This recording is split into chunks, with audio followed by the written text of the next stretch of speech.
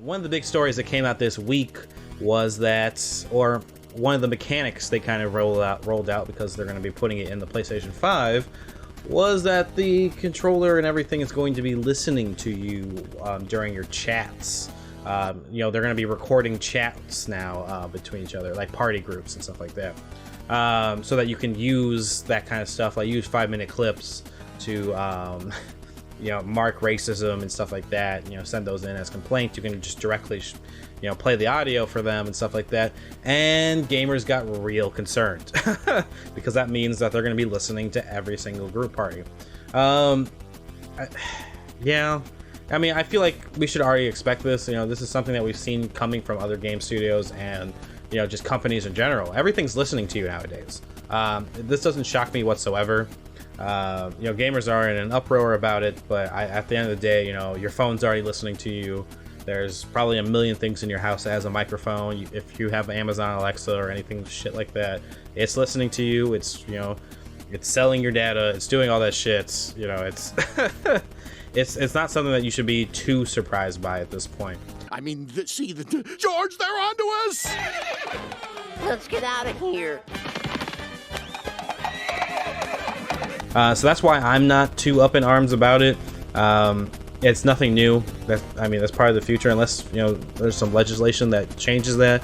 But no one's looking at that. No one's caring. They're just looking at that as more information that they can pick up from you in general. It's disappointing to see, but it's at the end of the day, I still want to pick up a PS5.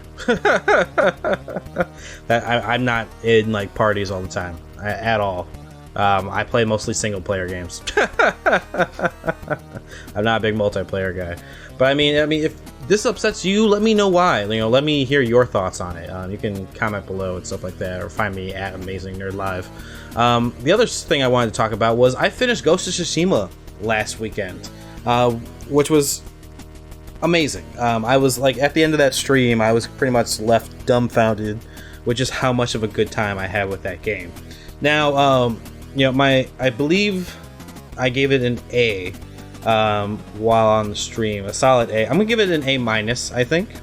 It is fucking almost flawless. There were like some times, and this is all nitpicking type stuff, where I'm not even like talking about clipping and stuff like that, but just little like elements like not being able to lock on a foe and stuff like that, caused a lot of like fight errors and stuff for me, like where I'm just throwing kunai in the fucking wind at nobody when my enemy is like literally like 5 feet from me to the right.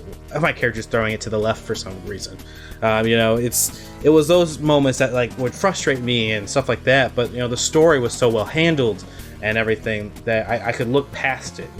Those little tiny details that you could tell were just like little things that they either missed or just didn't take the opportunity to put in. Like, I feel like a locking mechanism in that game would have solved 90% of my fucking problems with the game. It's got an A-. I rarely give out A's at this point in general. So for a video game to get an A is a pretty big deal for me. I really love that game. I couldn't recommend it more to anyone listening to the Amazing Nerd Show right now. Definitely pick it up. It's worth the $60. If you haven't checked out our series, it's up on YouTube. I'm still editing it for YouTube and stuff like that. Or if you just want to catch the ending, it should be on my Twitch for the rest of the week. And then they usually come off after 7 days. So definitely follow us on Twitch and stuff like that. But yeah, it's fucking great game. I commend the studio, Sucker Punch, for doing this.